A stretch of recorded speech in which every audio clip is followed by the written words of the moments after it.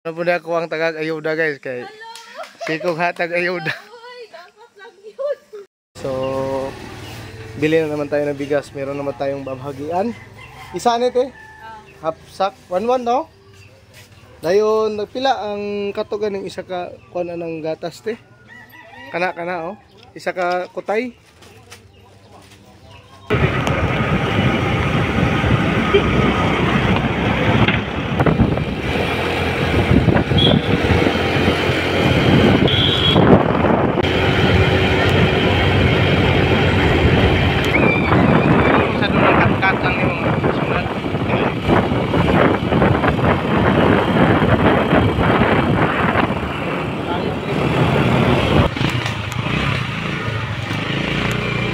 Buhat dalan guys, kaya among guide guys nagbuhat pa pug dalan. Ya, naghatod mig ayuda.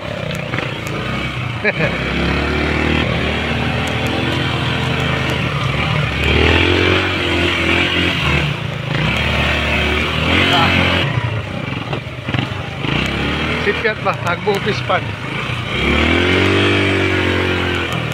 Buhat yung dalan.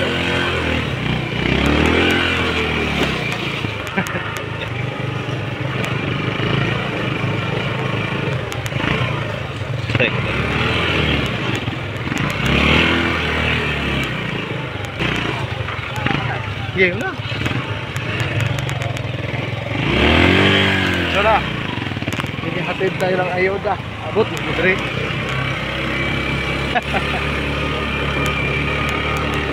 Kuyawan na ba? Nakabalungan ita.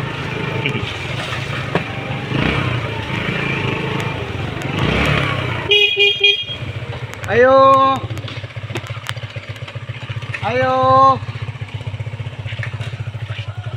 Kasi tulang leng.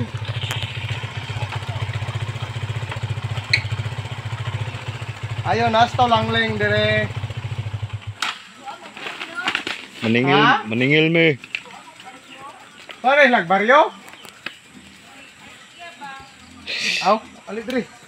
Ano po na ako ang tagag-ayuda guys kay sikong hatag ayuda. Ya, sikong hatag ayuda sa lain, siyempre iso na pod. Mo ni among pinakabugay nga manghod. Isulodwin. Yan. Na yata abi na ng mga bata diri apil ng biskwit ug kuan, gatas.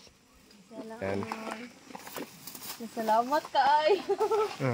Pasalamat sa nag-sponsor ano yo. Babay-babay pod yan. So ito na kapatid, salamat sa ipinadala mo kahapon.